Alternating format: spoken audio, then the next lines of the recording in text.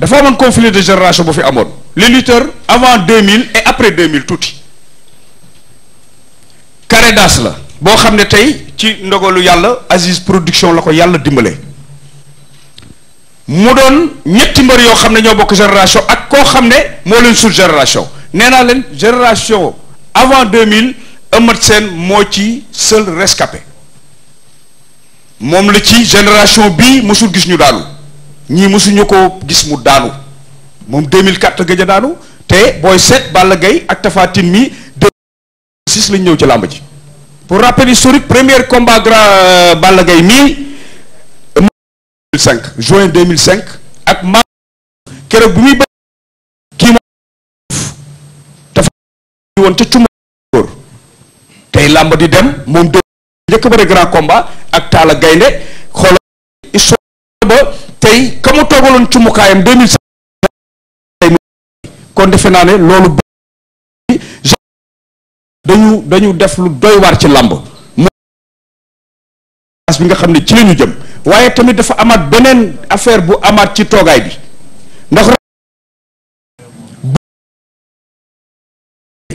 ndax avant 2000 la commencé bëre mook tey leen ñoo daan toog ba bi muy ñëw làmb defe naa ne Gris Bordeaux pour ndax la mu doon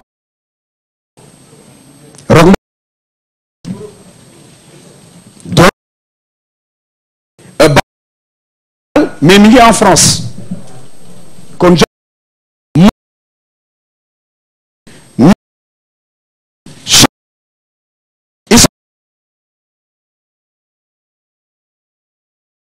parce que saa puy mii ak ñoom bàyyi ma ñoom ñoo lukkee kondo ci làmb kon dafa pour wane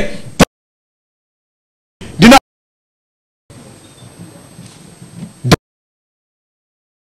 xelam dina ci dem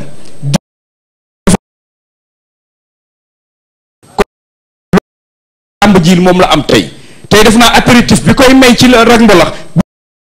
koy jël kon defe naa daje bii tey am na lu muy wax am na lu muy lijjanti parce que loolu il fallait que ñu dugal ko ci kii bi pour presse bi mën koo jël en compte parce que dafa nekkaat ci lancé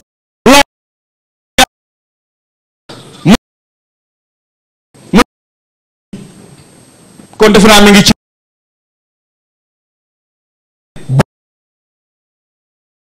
mu ko pour heure bi dina décrocher kon je rok mbalax am na loo dañ ko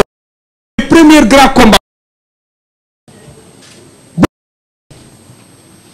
à 2000 yaram dee ci stade bi loolu defe naa ne ba moom da koy bàyyi xel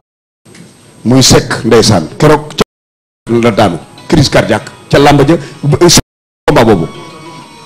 kon je ni ñu leen ko waxee rek ñu toog une heure bañ fay yàgg alaaji ma comme ni nga ko daan def dama lay laaj comme ni ñu ko am nañu gan waaw gan gi de mi ngi nii waaw am nañ gan de gan gaa ngi de balance waaw balance la ñu indi lii xam naa ne daal ko amul kanamu ñëpp jërë ngeen jëf di ñaanal yàlla ñëpp fal jàmm maa ngi nuyu ñëpp ñaanal ñëpp wasalaam jërëjëf wal jàmm merci Aladji Ngagne rappel historique boobu toujours dafay am solo pour ñi nga xam ne ñoom ñoo ñuy seetaan ci télévision yi ak ñi nga xam ne yàgguñu topp làmb ak ñun ñi nga xamante ne ni aussi ay professionnels de la communication lañu nga ñuy fàttali li nga xam ne dafa xew démb ak bërki démb parce que làmb yi démb ak làmb tey rek moom moo fi am les témoins d'hier ñoom ñooy nekk li ñi nga xamante ni ñoom ñooy les témoins d'aujourd'hui li xewoon démb xam ngeen ni nag ñi ngi jëm ci date bu historique muy le 2 juin au stade Demba Diop drapeau El Hadji Malick Gakou mu nekk nag bés bu nga xamante ni ñaar ñi ciy daje kenn dootu leen présenté su fekkee ni wax la rek lañ doon wax yépp xëy na wax nañ ko ba pare mais dañu aadawoo dans la promotion du combat ñu am ay rencontre yu bëree bëri yi nga xam ne moom la ñuy def pour gën a jaay bés mais bés bi jaay na boppam ba pare parce que tey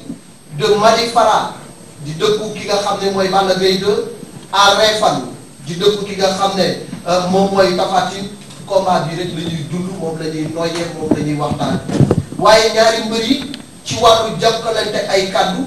li ko dale woon ca King Fahd Palace jusqu'au Zénith en passant par le plateau de Bécaye Mbaye de la 2STV xale yi lu nekk waxante nañu ko kenn ku ci nekk yaakaar naa ni la nekkoon ci sa dënn génne nga ko pour wan sa morom bés bi lu mun a jaral pour wan sa morom ni ko ragaluma la waaye tamit le 2 juin lu mun a jaral na ma lu ko raw kon je crois que bu fekkee ni wàllu promotion la rek combat bi am na coow ba pare boo leen xoolee ci jeu sama mbër yi tamit ni nga xam ne noonu la fans yi di voté ak li ci voté ci ay doomu aadama loolu moo lay won ne tey combat yi Aziz Ndiaye taxawal askan bi dañu ko bëgg te dañu koy dund ak lu làmb dañu koy dund kon nag ñuy ñaan ñëpp rek ñu ànd ci ak dal te xam ni ñaari jàmbaar yi wala jàmbaar yi nga xam ne ñoom la Aziz Ndiaye jox seen avance ñoom ñoo seq bés yi ñun ñi nga xam ne wax moo ni war nañu yor suñuy micro di wax ñi nga xam ne dañoo war a bind nañu yor seen plume di bind ñi waxtaan nañu toog seetaan ku war a supporter nga toog supporter bàyyi ñi nga xam ne ñoom ñoo signé seen contrat ñoom ñu jëflante li tax ñuy rappeler loolu mooy li xew barki démb dañ koy amèrement parce que man ba ma dalee ñëw ci làmb ak léegi yàggul mais c'est la première fois ma gis un grand combat ñu blessé ko ba mënul bëre je crois que loolu c'est regrettable ñun ñëpp ànd di ko ñaawlu di ñi nga xam ni ñoom ñooy ñëw ci stade yi ñu ànd ak yar ànd ak teggin xam ni keroog ki yàqal na ñoo organiser yàqal na ki mu faral waroon dajeel kon je crois que kooku tooñ gu rëy la tooñ askan bi te lu mel noonu war nañ ko moytu parce que tey lamb bu nga xam ne nous devons continuer à l'assainir nous devons nulle part ailleurs qu'au Sénégal un palier extraordinaire parce qu'on va organiser un grand combat de lutte à Bercy et ça va être une première dans les annales de la lutte sénégalaise. Continuons la marche victorieuse de la lutte dans la discipline, dans le fair play, car la lutte est un sport de noble. Bu njëkk ay di xas di ay gën di leen wayal loolu jeex na fi léegi jàmbaar yi ñoom ñoo ko dese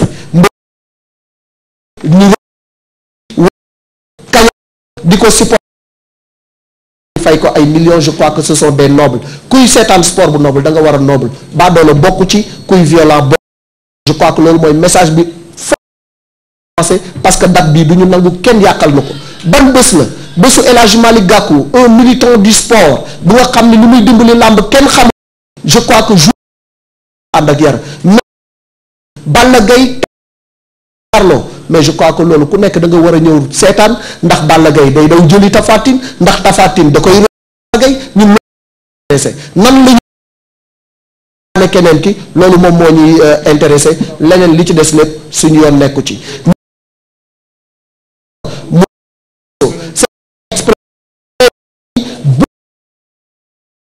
pour nous accompagner pour accompagner mais également accompagner la jeunesse parce que la lutte de régulation sociale et la lutte est une source d'emploi pour les jeunes de ce pays donc à l'heure où la vie est de plus en plus difficile ne gâchons pas le rêve c'est de devenir de grands champions le rêve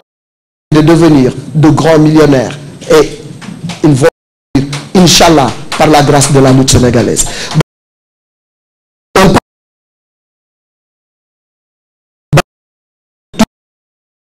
nga xam ni ci wàllu ji bu ñu demee c'est grâce au CNG moom moo jël ay matuwaayam pour éradiquer définitivement la violence Thiam en rapport pédagogique n'est-ce pas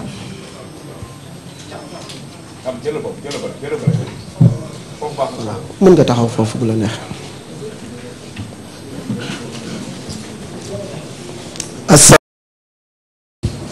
maa ngi assistance bi ñu fi teew ñëpp di nuyu le président du CNG monsieur Sarr Aliou di vice-président chargé de la lutte avec frappe Cheikh Tidiane Ndiaye di indi nuyoo Cheikh Thierno Ka nga xam ne mooy les chargés de communication moom ma yebal fii d'ailleurs fàttali rek ne comme Malick ni nga ko waxee CNG lii mooy rôle am te làmb ubbi ba waaw xamante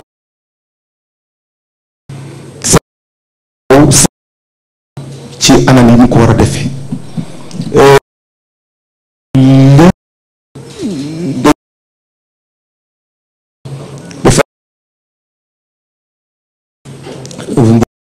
wax face à face wala muy ko boo xamante ni ay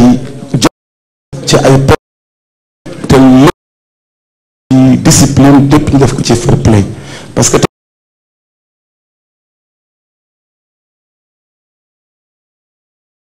c'est parce que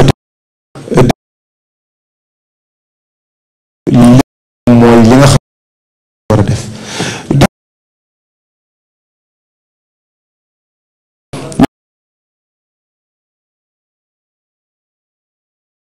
parce que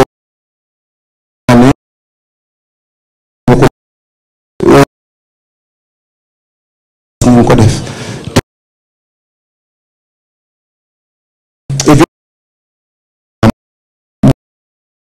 ci dans les règles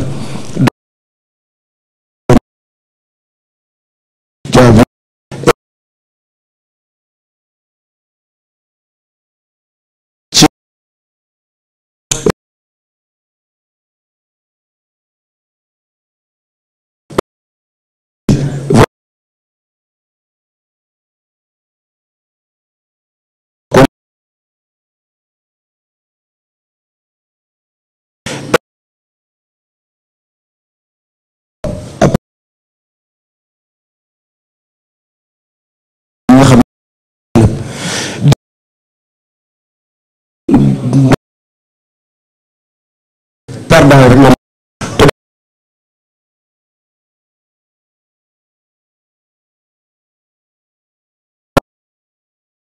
jërë ngeen jëf.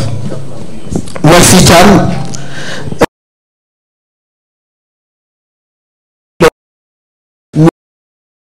askan bi ni lifteefu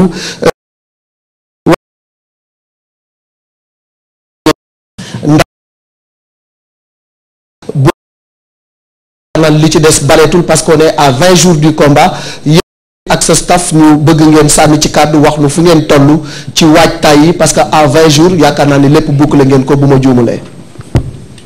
waaw jërëjëf El Hadj Malick maa ngi leen nuyu di nuyu assistance bi fi nekk yëpp ñi nga xam ne nii ñooy la presse sénégalaise ñi nga xam ne ñoo fi nekk ak ñëpp ñoo xam ne tey teew nañ pour fekk ci conférence de presse bi di nuyu nag suma sponsor leader. di waa Expresso di teg seen nuyoo ci loxo monsieur Amez di nuyu aussi équipe Expresso bi nga xam ne yëpp ñu ngi fi teew tey muy le directeur général ak les sous-directeurs yi nga xam ne ils sont ici présents di nuyu staff ASI production bépp comme ni nga ko xamee rek làmb ji bi mu taxawee ak léegi yàgg na presque ça fait 7 ou 8 mois yaakaar naa ne lu bari lu ñu ci doon wax tey wax nañ ko lépp lu ñu ci waroon a def aussi ci wàllu promotion def nañ ko comme tey dañu bëgg a gàttal rek delloo ko presse bi yëpp. kon mën naa ni mën nañ jublu ci liggéey bi nu mu gën a gaawee jox presse bi ñu commencé poser question yi nga xam ne tey moo leen soxal ci diggante combat bi war a dox Balla Gaye 2 ak Tapha Tine ak diggante Rock Mbalax ak Issa bu ñu waxee rek combat boobu tam combat bu am solo la moo tax ñu dugal ko ci bisu xam ni mooy drapeau El Hadj Malick Gakou kon yaakaar naa ni vraiment li ci des tey mooy pour lu bëggal amateur yi aussi xaar presse bi lépp luñ ci bëggoon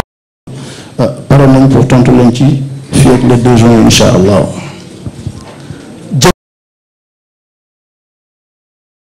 lu ci li nga xam ne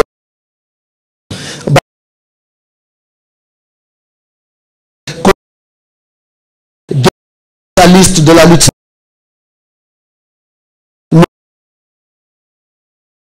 TV, une voix très écoutée de la lutte sénégalaise, l'homme de depuis lamb présenté émission, il a beaucoup contribué au développement de la lutte et son émission a toujours été au devant de la scène.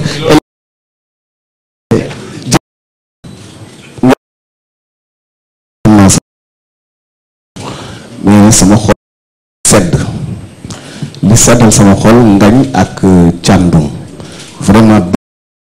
ni communicateur rappel yi nga dafa am solo ndaxte lamb dafa yàgg lamb dafa am fu mu jóg waaye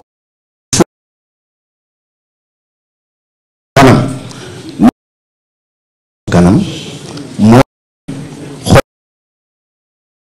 ñu di ko wax ndaxte li nga wax fii dëgg-dëgg loolu bokk na ci lu yóbbu lamb ci kanam mooy nuyu bu baax Issa ak li nga mu lañ mën a jàpp lamb dafa boo nekkee ci biir il faut nga xam ko góor li te lamb tokkatul affaire mbapat lamb léegi c'est la réalité ni gis na rapport bi nga xam ne moom lamb di digg Abdou Aziz xale la Abdou mag fu lamb daan tëgg lamb te promoteur yi fi jaar yépp dañ fee jaar ci lu rafet tëgg ay lamb yu rafet bi dama yaa wàññi mais Abdou Aziz wàññiwuloo dara ci parce que di nekk am nga foo jaar ci lamb ba tax nga mën a toog fii tey parce que bopp te ñoom ñaar ñëpp liggéey nañ ko Balla Gaye liggéey Tapha Tine liggéey na ko kon li ne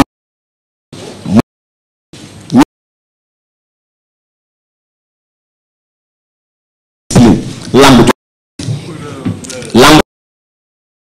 chaque année combat du siècle yi du jeex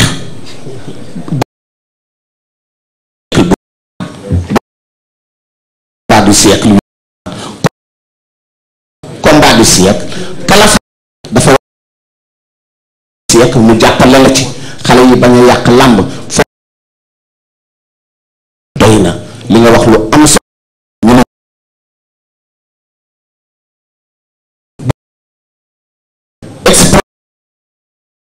ko gërëm ndax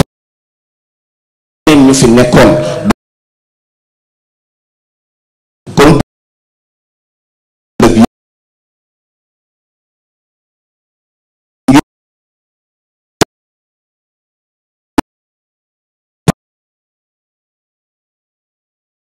xam na lan la fi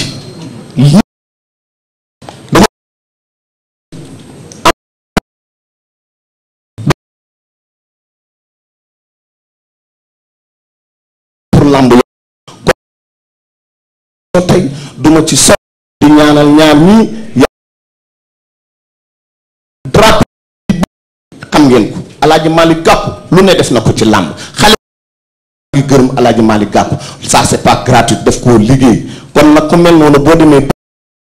yaakaar naa ne war ngeen ci def lépp te duma leen wax am leen jom fulla ndax xam naa ne am ngeen jom am ngeen fulla maa ngi ñaanal sama ñaar ñi tam Issa yàlla jàpp yeneen combat yu mag yi ndaxte ngeen ci làmb loo xamante war ngeen a bëri fu ne maa ngi gërëm ñii nag ñii bu ngeen leen gisee nii ñu toogee nii ñii ñoo defar affaire bi affaire baa ngi nii ñoom ñoo ko def taxaw liggéey leen fi mu toog du ñàkk fayda du ñàkk fulla bëgg seen liggéey am jom dong moo leen ko tax ci jërë ngeen def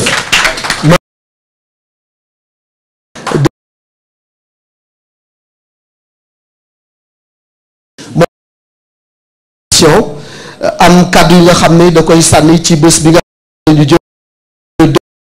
El Hadj Malick Gakou li nga wax dëgg la keroog bi ma ko ooyee daf ma ni Malick benn message rek laa am bu nga xam ne moom laay lancé mooy li ñu ma jox delloo naa ko le peuple sénégalais delloo naa ko la jeunesse sénégalaise benn appel rek laa am bu may lancé mooy appel au fair play et à la sportivité ñu dem ceeg jàmm jënd ceeg jàmm Lamine Thiam Dogo.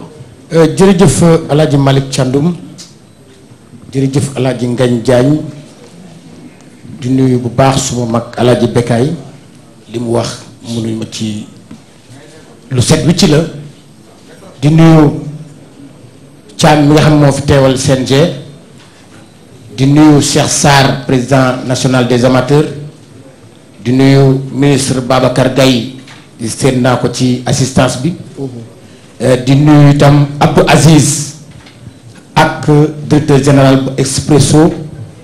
ak Balla Gaye Tafatine Rock Mbalax Issa Pouye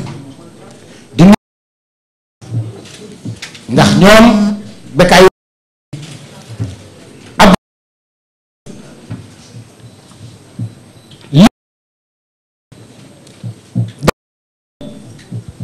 Sénégal xel ci ko moom nga tëgg waaye xel yépp ñu ngi ci saal yi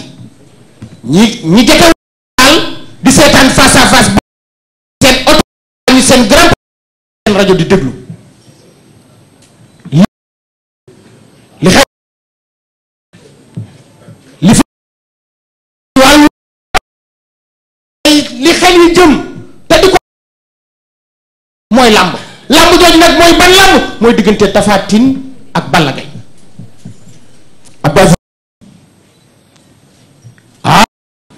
lii nga ñaari mbir ak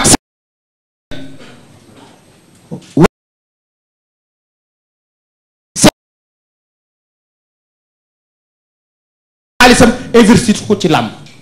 kon ñooñu dañ ko war a jàppale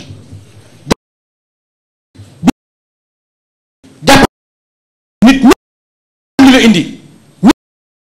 bëri moo leen indi waaye ñiy supporter xam ne supporter moo leen indi rien que supporter lépp lu ñuy def rek na doon supporter waaye na doon nag seen mbër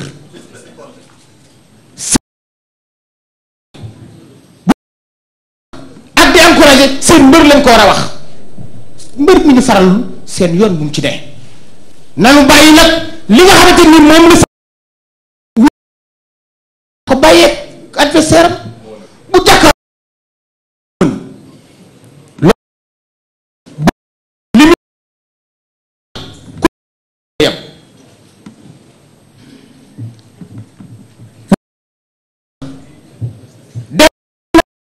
léegi ñu ngi dem matul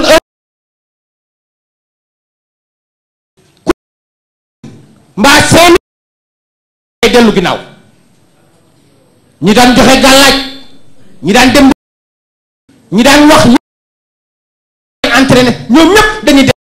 ñan ñoo fay des Tapha Tine ak Balla Gaye ñoom ñaar rek ak arbitre bi cey moment boobu loolu nous vous remercions dans la lutte sénégalaise tu as amené dans la Expresso merci merci Alaaji Malick Gakou nga xam ne lii na muy hélicoptère moo ko ci njëkk indi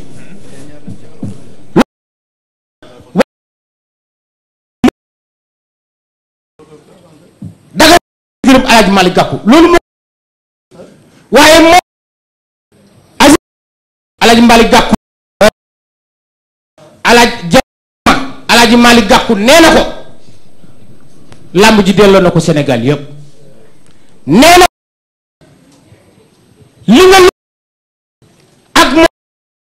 ba dara jaale ko yéen ànd daanaka mu mag la waaye ngeen bokk génération ndax nag jugadiwoo ko waaye moom itam jigadiwu la ndax bi nga ko tuddee drapeau ci nga dégg promoteur numéro 1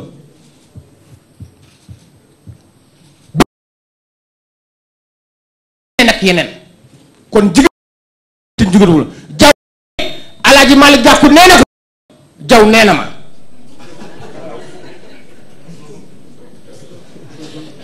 nee na daal bis ndax Malick Gakou ak presse bi mi ngi ko communicateur traditionnel waaye mi ngi koy jox nag banlieue bi rawatina Guédiawaye gi mu dëkk mi ngi koy jox nag jeunesse bi ku ne xam ne digganteem ak jeunesse bi ndax bis la boo xam te ni c'est un drapeau exceptionnel dans la lutteur de Balla Gaye et de la Tapha et en passant par Rock Mbalax et de la SAPUI et Expresso. C'est une grande fête. La fête continue jusqu'à nouvel ordre. Merci. Merci. El Hadji Malick. J'en perds mon français. Je vous assure. Hein. Alors, Figo donne l'occasion d'introduire le directeur général de Expresso, M. Emmanuel Amez. Le slogan, c'est « Oser rêver ». La lutte n'est que rêve. Chaque petit champion rêve d'une seule chose, c'est de devenir roi des arènes. C'est le seul rêve de tous les jeunes champions du pays. Vous nous invitez à oser rêver? Oui, nous osons rêver. Nous osons rêver que tous ces jeunes vont un jour devenir de grands champions. Mais, monsieur le directeur général, coïncidence pour coïncidence, cette année, vous avez beaucoup investi dans la lutte. Et les derniers sondages ont fait montre d'un bond quantitatif et qualitatif de votre groupe Expresso,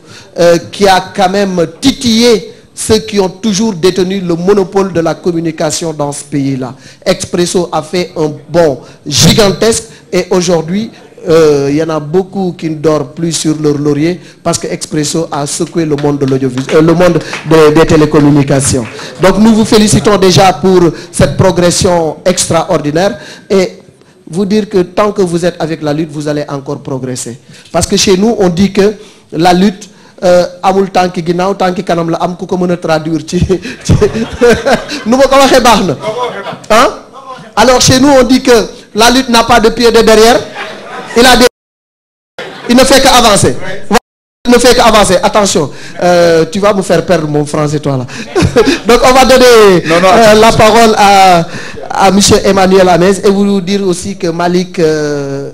Thiam et son équipe sont en train d'abattre un travail remarquable. Franchement, c'est le moment de vous dire que vous avez une équipe commerciale très agressive, très dynamique. Et dans un monde concurrentiel, on a besoin de gens clairvoyants et dynamiques. Et vous avez une équipe très jeune, mais également très agressive et très visible sur les plateaux. Donc à vous la parole pour nous dire pourquoi vous avez décidé d'accompagner la lutte sénégalaise. Ok, je vous remercie de me laisser la parole. Mais vous criez tellement fort, j'avais peur de...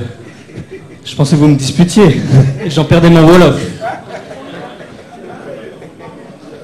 Je ne sais pas si Expresso est l'opérateur du siècle. Je ne sais pas si on est l'opérateur du siècle, mais en tout cas, on est très content et très heureux de sponsoriser le combat du siècle, le 2 juin.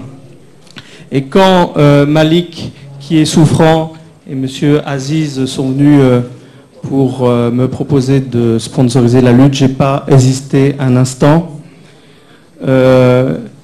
Au Sénégal, la lutte est un phénomène. Le sport est un phénomène. Quand on va sur la corniche, je suis toujours impressionné de cette jeunesse qui s'entraîne dans des positions de toutes sortes à faire des abdominaux. J'essaye, mais je dois être un petit peu trop vieux pour ça. J'arrive pas encore à avoir les muscles de mon voisin, par exemple. Il faudra encore m'entraîner quelques matinées ou quelques soirées. Mais cette spécificité sénégalaise est vraiment spécifique, une spécificité nationale. Et je ne pense pas qu'on la retrouve dans d'autres pays. Et c'était important pour nous de nous adapter à cette spécificité parce que nous sommes un opérateur avant tout sénégalais. Et donc c'était important de montrer qu'on était proche des Sénégalais et la lutte était un vecteur vraiment très intéressant pour faire passer ce message. Et je vous remercie d'avoir accepté Expresso en tant que partenaire. Évidemment, on sponsorise, on ne va pas se mentir, on fait un petit peu de publicité. C'est quand même l'objectif. C'est vrai que associer nos offres à la lutte, enfin, il n'y a qu'à vous voir. Je ne suis pas sûr que si je faisais une conférence de presse juste pour Expresso, j'arriverais à réunir autant de journalistes et autant de passion derrière. Et c'est vraiment l'occasion, évidemment, faire l'article un petit peu de nos produits. Mais on fera une autre conférence de presse pour ce sujet. Je ne voudrais pas abuser de cela. Simplement, vous utilisez de plus en plus Expresso et vraiment, je vous en remercie. Si on est sponsor, c'est plus tout simplement par plaisir. En tout cas, j'ai fait ça vraiment par plaisir, de partager ces combats aussi intenses que brefs. Parce que la dernière fois, quand même, je suis arrivé, c'était en 3 secondes qu'il l'avait mis par terre, je pense. Mais je pense aussi que le fait que le combat puisse de l'excitation, on se demande au-delà du fait de savoir qui va gagner, combien ça va durer, effectivement. Et donc je pense que ça doit faire aussi partie du jeu. Vous l'avez dit, se battre, ça n'est pas la violence. On peut se battre à la loyale. Et d'une certaine manière, notre équipe aussi se bat. Cet esprit de compétition nous a nous sommes là, nous nous battons contre nos concurrents pour faire pour gagner des parts de marché tout simplement et pour mieux satisfaire vos besoins de télécommunications. D'une certaine manière, notre équipe est aussi une équipe de lutteurs et j'en profite pour les remercier. Comme je l'avais dit, on n'est pas ici pour parler des activités d'Expresso. J'en profite juste pour vous dire qu'Expresso va bien. Expresso va même très bien après 4 années. Et je vous annonce que c'est près d'un Sénégalais sur 3 en âge de pouvoir téléphoner qui utilise nos services. Voilà. Et ça quand même, après 4 ans, un grand achievement, comme on dit en anglais. Je vous remercie encore pour la confiance que vous nous honorez et de nous accepter comme partenaires. J'ai noté, évidemment je suis d'origine française et j'ai entendu le nom de Bercy et en tant que originaire de ce pays, je serais très heureux de vous suivre dans cette aventure. Je vous le notifie d'ores et déjà. Je remercie toutes les autorités, les journalistes qui nous ont exprimé dans certains journaux leur sympathie il n'y a pas si longtemps, sans qu'on ait rien eu à faire. Tous nos abonnés pour la sympathie que vous manifestez à notre égard. Et ça nous fait chaud au cœur et ça nous encourage à offrir encore plus de services et à performer encore plus. Et après être devenu le numéro 2, à vraiment prendre notre place dans le marché des télécoms au Sénégal. Je vous donne rendez-vous pour une prochaine conférence de presse très prochainement et peut-être pour célébrer nos premiers 3 millions d'abonnés. Je vous remercie. Le rêve continue. Ñi ngi jëm ci conférence de presse bi mais balaa boobu Tafa Diop dafa am benn précision bu nga xam ne de taille la bu mu war a apporter par rapport à la presse la ba léegi parce que depuis quelque temps pëccëxoo bi dafa metti lool ci géew bi entre les différentes télévisions. Il y a des dispositions particulières qui vont être prises pour le 2 et Tafa Diop va apporter des éclaircissements par rapport à ça. Merci Malik, merci à toute l'assistance. Alors donc oui, on va essayer de mieux organiser nos compétitions, nos combats de lutte. Parce que si vous remarquez, il y a eu beaucoup de débordements par-ci et par-là. Donc nous sommes déjà concertés avec les chaînes de télévision partenaires. Je veux parler de la RTS, Sen TV, RTS et 2STV. Donc toutes les chaînes qui vont devoir retransmettre ce combat en direct vont devoir mettre leur cas régie carrément à l'extérieur de l'arène. C'est-à-dire que les cas régie ne seront même plus derrière les lucarnes. Parce que vous savez bien que ce combat-là est digne d'un Léopold Sédar Senghor. Mais pour des questions d'organisation et de chaleur, c'est important, on maintient ce combat au stade Demba Diop. Donc vous avez remarqué que depuis le début de la saison, la tribune côté au fond à gauche en tout cas, virage, n'est jamais n'a jamais été rempli parce qu'il y a des cars de sponsors, des cars de camions, de sonos, de podiums, d'écrans et de régie. Donc tout cela, ce n'est pas possible pour, en tout cas, ce combat-là, et certainement l'autre combat, pour des questions d'organisation. Donc c'est vrai que ça va poser quelque peu des questions techniques aux chaînes de télévision, mais celui qui a le plus de câbles pour aller à l'intérieur et ne pas perdre la qualité du signal se fera mieux regarder. Donc ça c'est d'un. Aucun sponsor, aucun véhicule de sponsor, aucun véhicule à l'intérieur, qui qu'il soit. Il sera simplement autorisé aux deux lutteurs qui sont là, Tapha Tine et Balla Gaye, de faire entrer leur véhicule et à la fin de ressortir. Donc dès qu'ils rentrent, ils déposent voilà, au Chumbukai et ils ressortent. Et il est conseillé justement à ceux qui les accompagnent, on va leur rappeler qu'on n'est pas sur des rallyes, qu'ils roulent calmement. Parce que si vous remarquez très bien, de l'autre côté, ils roulent à 200 à l'heure.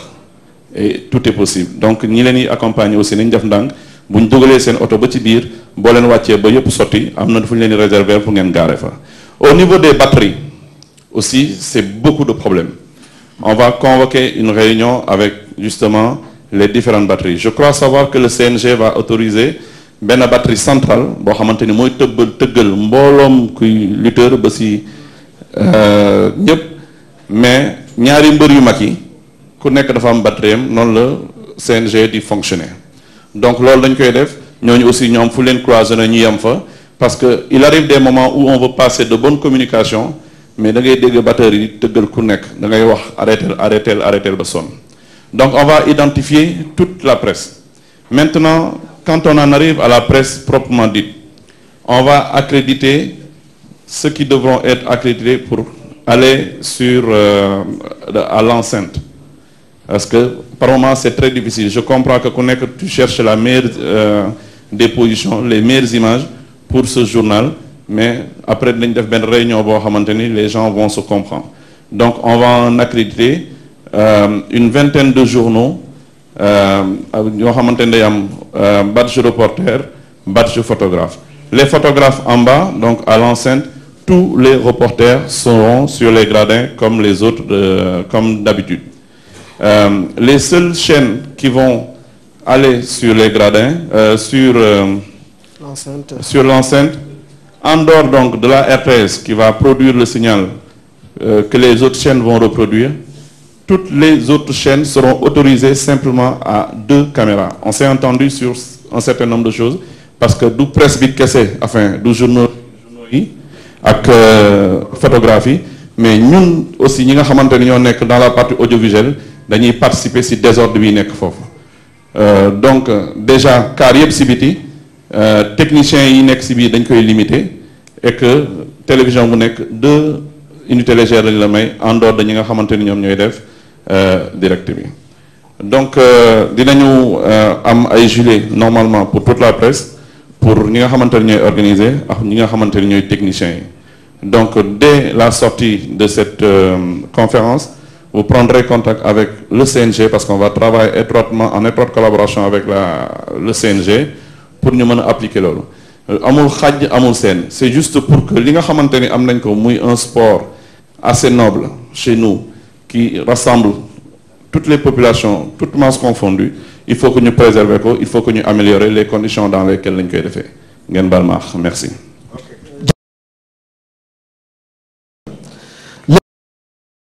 Conférence de presse bi à proprement parler ñu wax leen ni Rock Mbalax mi ngi fi Issa Pouye mi ngi fi Tapha Tine ak Balla Gaye ñi ngi fi plus le promoteur lépp lu ngeen leen bëgg a laaj ngeen laaj ko Bour Gueweul FM Sénégal moom moo njëkk a bindu ñu jox ko mu laaj.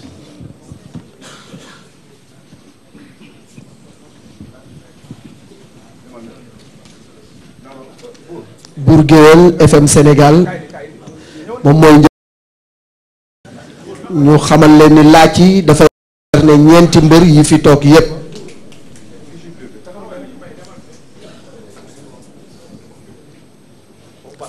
ñu fàttali direct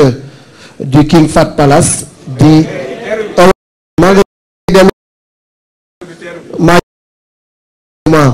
en direct de teeru bi ci conférence de presse bi nga xam ne Aziz Ndiaye moom moo ko pour que ñu dugg ci wàllu li nga xamante ni moom mooy partie conférence de presse bi buur géwël moom mooy njëkk a laaj ñu bàyyi la nga samp sa laaj bu ko defee après ñu continuer waat ci conférence de presse bi. jërëjëf El Hadji Malick Thiandoum jërëjëf Ngagne Diagne tey jii yaakaar naa ne am naa mbégte ndaxte booy seet Abdou Aziz Balla Gaye la mujjee tëgg génn. doo ñu dimbali rek. waaw kon la ñëw ci question bi. fii la ñuy njëkkee nag ci ñaar. ci Issa Pouye ak Rang la Issa yaakaar naa ne combat bi dafa fas yéene ñëw dekkalaat boppam ci biir làmb parce que retard bi mu amoon ba xam day dellusiwaat am lu mu confirmer ci combat bi Issa yaakaar naa ne am nga làng goo nekkoon ci kaw nga nekkoon delluwaat wàcc ba ci suuf parce que ñii ñoo nekkoon sa catégorie kon nga delluwaat ba ci beneen catégorie ba xam yow da ngay ñëw wane preuve pour dem beneen ci kaw muy Balla ak Tapha Tine donc deuxième position la kon après ñoom ñaar ñu tontu te ñëwaat.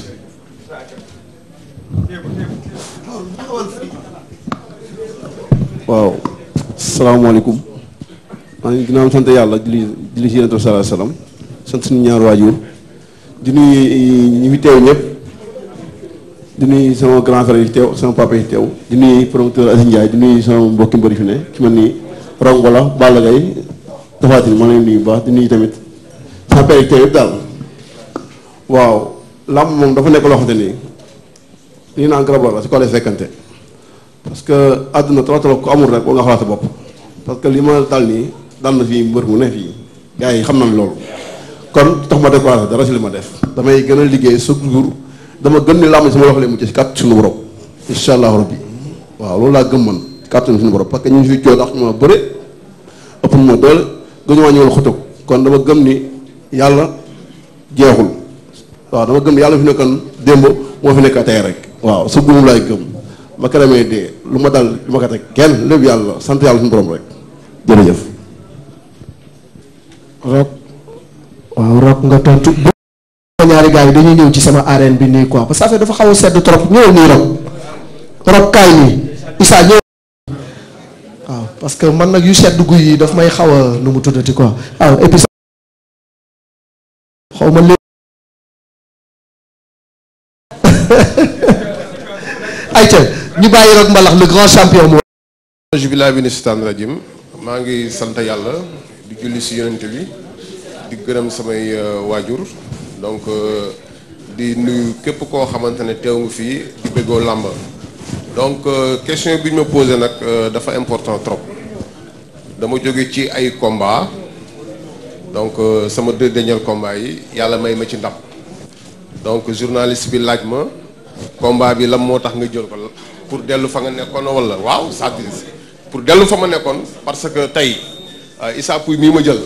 donc dama fa jël pour confirmer parce que dafa am fu ma jógee dama jógee si Ousmane Diop jóge si Bathie Seras donc dama jël Issa Pouye pour confirmer combat de confirmation la waaw moo tax ma jël ko waay. dégg nga de jërëjëf question baa ngi noonu de. waaw mu nekk ñoom ñaar Issa man rek man quoi wala da ngay xalaat sa waay ah waxal daf may xalaat waaw daf may xalaat xalaat ngay metti waaw kon dama lay xalaat xam naa loolu la kon. parce que man moom foog naa ne anniversaire man maa jaaxal si ko suuf gi parce que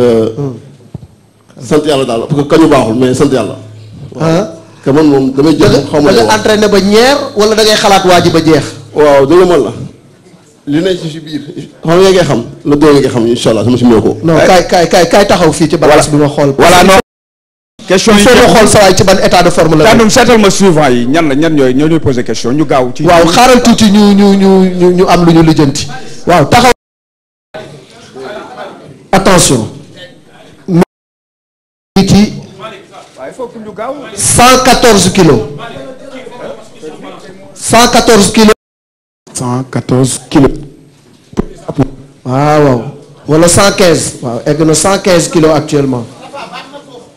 kon caaro yi mi ngi toll ci 115 kilos. mel na ni 90 kilos rek la. 90 kilos bii mu 100 kilos.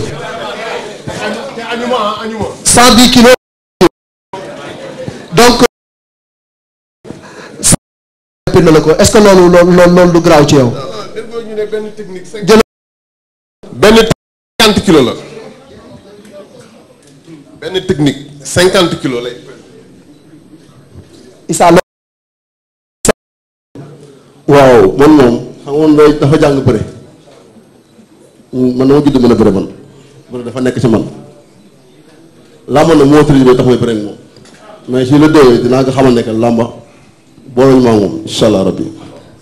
kàtt ci suñu borom. jërëjëf waaw làmb boole nañu nag. waaw si la déwee ñaa wan ni jërëjëf Issa waa question bi Issa waaw toogal waaw naa dafa bi pare naa ci kon Mbaye Sène Top FM donc on liquide d'abord dañuy njëkkee ci ñaari gaañ yi après dem ci yeneen ñaar ñi sinon bu ñu leen bàyyee yéen ngeen laaj on va yéen ñëpp da ngeen di songu Tapha Tine ak salaamaaleykum Babacar Mbaye voilà. ok maa ngi nuyu ñëpp Thiandoum Ngagne maa ngi leen nuyu di nuyu Expresso ak Aziz ak les deux lutteurs par contre man sama question pour Tapha Tine la ak Balla Gaye beneen. vous attendez la deuxième. donc posez votre question au CNG. Au CNG, ok. On reviendra à vous pour Balla Gaye Tapha Tine. D'accord. Donc c'est comme ça qu'on s'organise. Donc on va poser les questions aux Issa Pouye et Roch Mbalax suñu paree ñu ñëw ci yeneen ñaari mbër yi. Ok. Ça risque de prendre du temps alors. ma dem ci CNG bi maa ngi pour par contre sécurité bi man lay ñëwee côté CNG. dama jàpp ni keroog ci biir làmb ji la loolu amee mais ñun ñi nga xamante ne ñun ñooy génn ci biti làmb ji Malick moom moo ëpp insécurité parce que soo génnee CNG bi laa interpellé ak organiser combat bi est-ce que ne serait pas préférable ñu jël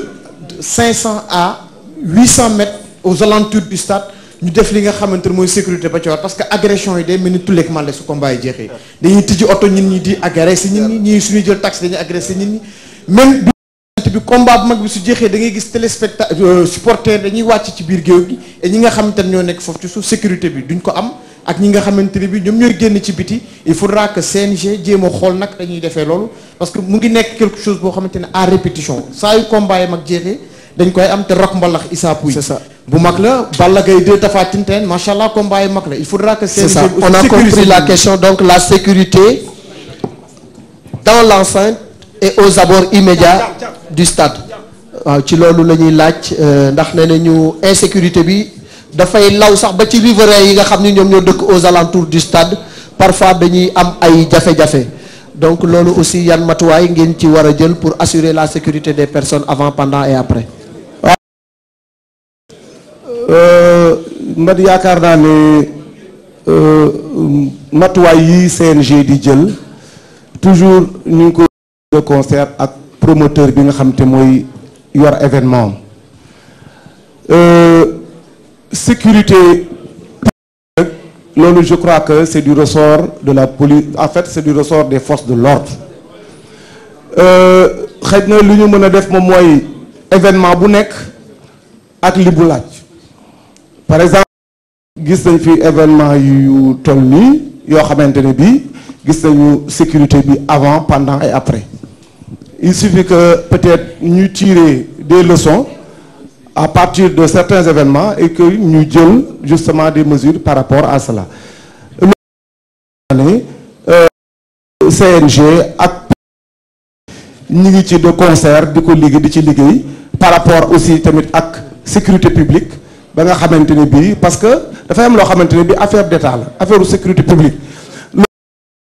même bu fekkee promoteur bi CNG daf ko dañ parce que ci dafay bokk ci contrat bi que le maximum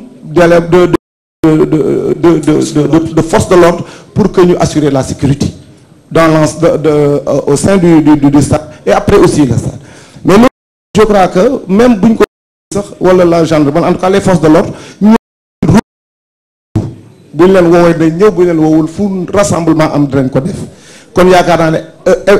événement exceptionnel bu mel nii, je crois que service d'ordre dinañ ci jël des mesures exceptionnelles. Mais ce qui est sûr mooy que tey CNG de concert ak le promoteur ñu ngi liggéey ci les responsables de la sécurité publique. Merci beaucoup. Merci beaucoup. ci bi ñaari jàmbaar yi toog ci dàqante bu metti seen fans yi ak seen supporters yi. Balla Gaye mi ngi toll ci 34 816 SMS. Tapha Tine mi ngi toll ci 33 816 SMS. Donc kon ba fi ñuy waxee ak yéen li ñu war a teg muy oto bi ñu ngi ko nar a teg ci diggante Balla Gaye ak Tapha Tine parce que ñoom ñoo rawagum sama ñeneen ñaari gars yi muy Eumeu ak Modou Lo ñoom aussi bu ñuy jàkkaarloo dinañ leen wax fan la ñu toll. 34 816 SMS pour Balla Gaye, 33 816 SMS pour Tapha Tine. Mbaye Sène, Top FM, ça y est, Babacar Diop, Métro.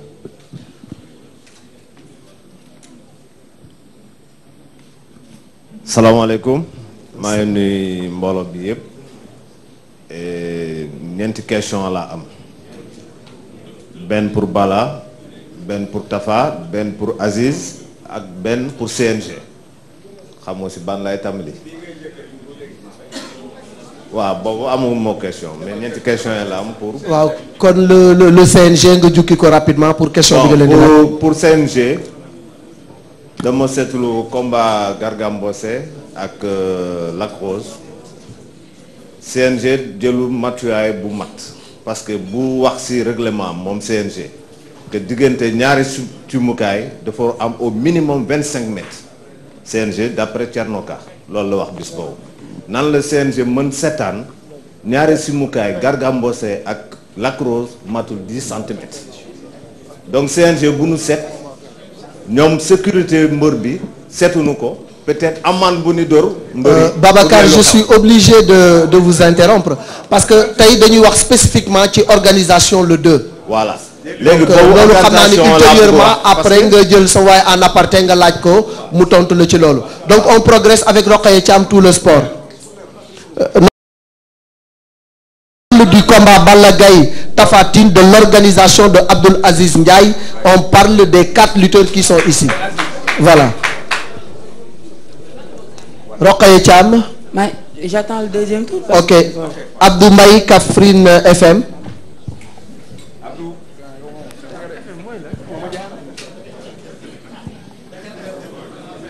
waaw mbokk yi maa ngi leen di nuyu yéen ñi ci salle bi ñëpp. man ñaari question la am benn bi pour Balla Gaye benn bi pour Tapha Tine. dafa mel ni laaj ci Balla Gaye Tapha Tine nga xaar ba ñu deuxième liste bi ñaar ñi d'abord boo amul nga bàyyi. Assi Gaye suñu lamb si vous avez des questions pour l'organisateur pour Rock Mbalax et pour Issa Pouye et pour le CNG bien entendu. Khady Faye voilà. salaamaaleykum mbooloo bi maa ngi nuyu ñëpp en fait sama question pour promoteur bi la ak Issa Pouye. Issa la dernière fois bi ñu ñëwee sa kër pour jël la entretien danga ne yow wax ci combat jigu la parce que à chaque fois boo waxee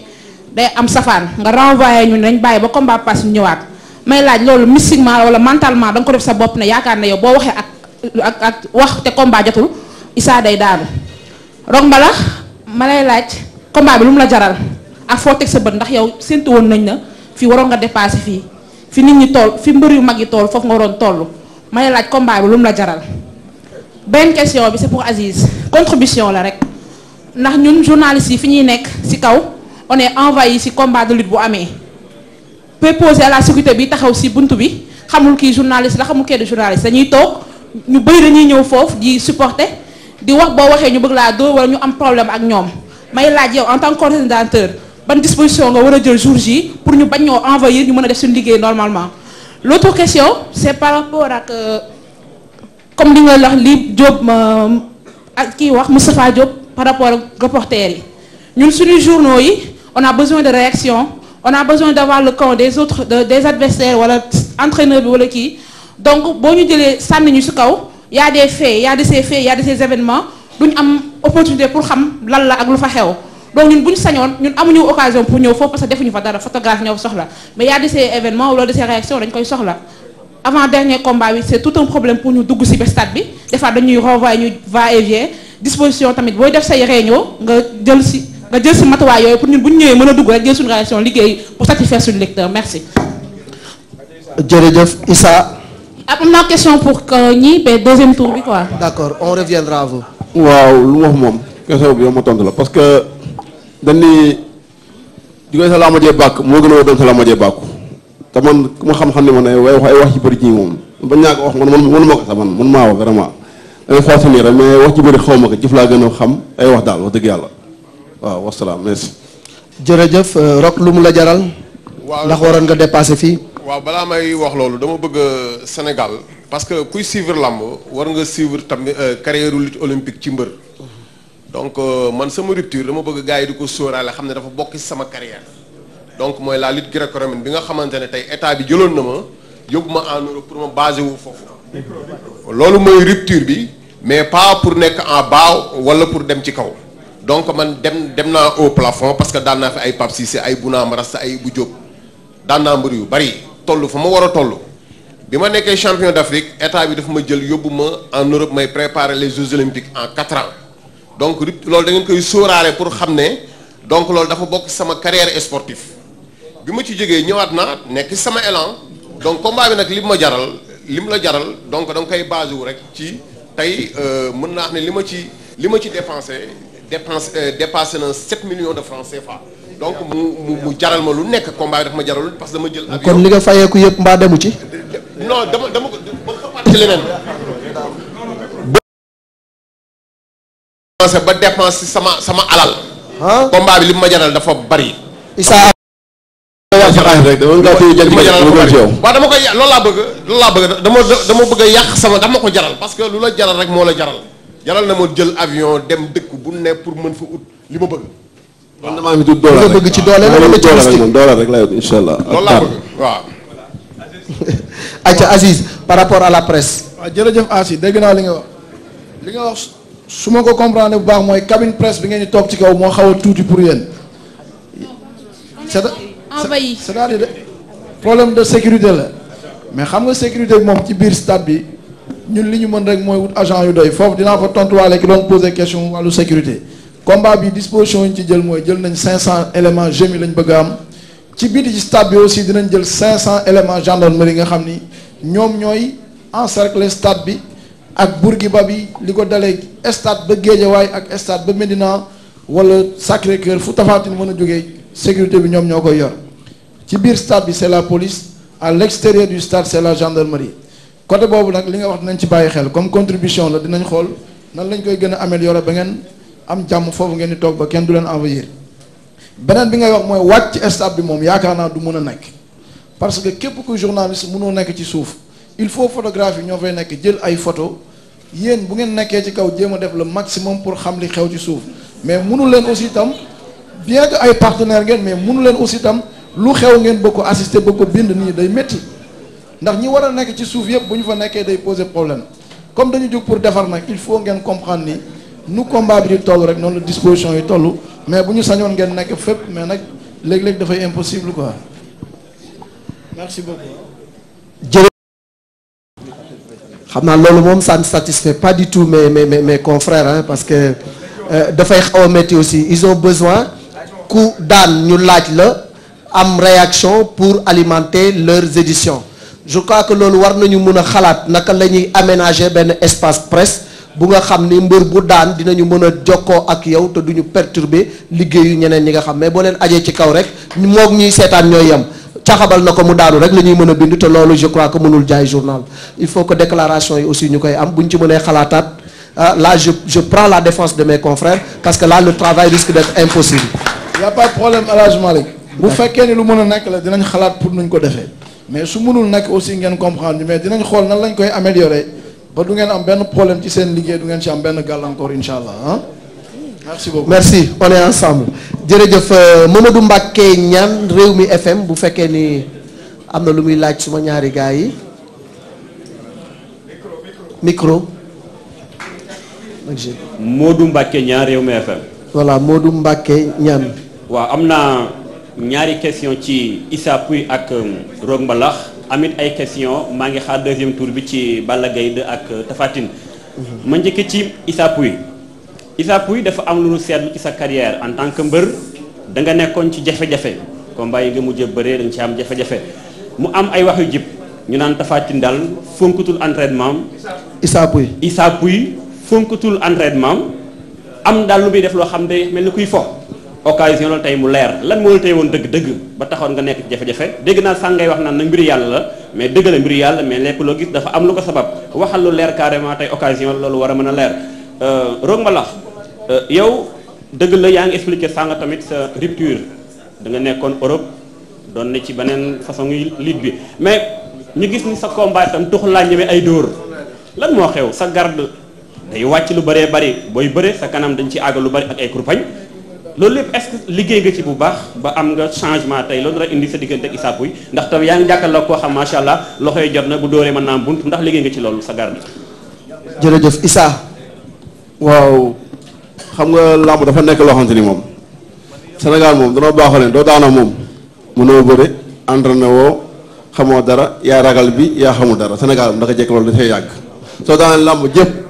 su bëgg a xëy daanu day mos a def dara te ñooy mis na ko man làmb mooy seen métier kon su ma liggéeyul la lay def vraiment man dama yàgg entraîné combat ñàkk combat entraînement seen nooy fekk ni ñuy xëy dem si liggéey loolu laay xëy dem liggéey ma ne si entraînement yi mooy seen métier parce que damay bàyyi liggéey yëpp gëm sama entraînement yaa ngi dégg kon su ma toogee entraînement kan laa war a def xaaral ma feebar man da toog feebar da ba mën a tere entraînement dëgg yàlla mais su dul feebar entraînement lay def lépp nag yàlla moom moo yor lépp moo yor ndam moo yor defet kan dañu ñaan yàlla li weesu mu jeex fi yam fi sëg ko dañu ñaan yàlla ba nekk roi des arènes la ñu yàlla bon ci kàttanu suñu borom te gëm naa ne mën naa kaa nekk dama koy nekk insha allah rabbi Rock Mbalax nee na ñi may wooy dóor garde gi dafa xaw a doy waar ba ku ñëw ñam kanam bi. waaw Malick boo seetloo mbër yi gën a koréyaas ci làmb ji laa bëreel daan leen donc damay joxe exemple ci Bounama Rasta donc deux bras la woon ñaari loxo la daan xeexee. gauche droite. waaw gauche droite la daan xeexee ba pare doon un karatéka de 9e dan donc bi mu nekkee ci làmb ji amul combat donc sama manager proposé ma ko naan dafa mën a xeex dama ne ko jox ma ko donc daan ko Pape Cissé bi mu fi nekkee benn mbër ñemee ma ko aussi ma ko Balla Gaye numéro 2 benn mbër ko man maa ko jël xeexax moom duma ko may ko wër ndomba daan ko kon yooyu dañuy wax c'est-à-dire boo amee benn rupture làmb dafa am ay hauts et des bas donc amul mbër bu dul jël coup bërka démb la Bombardier jël ay coup fatal yu dul jeex ak ñeneen donc loolu dafa bokk ci làmba mbër day ñeme xeex day ñeme dóor day ñeme encaisser ay kurpañ boo bëggee atteindre li nga bëgg donc loolu daf ci bokk dañ ne bëre dóor la ñu wax donc il faut ngay jël sa coup adversaire di ñam loxoom di xool yow it nga war a mën a ñam ci kanam donc ñun daal amuñu dara loo xamante ne dañ koy polémiquer li ñu war a def yëpp def nañ ko donc li ci des dañ koy teg ci loxo yàlla rek donc di ñaan yàlla na ma yàlla may ndam ci kaw Issa Pouye mii toog loolu laay ñaan suñu borom waaw. Abdoulaye.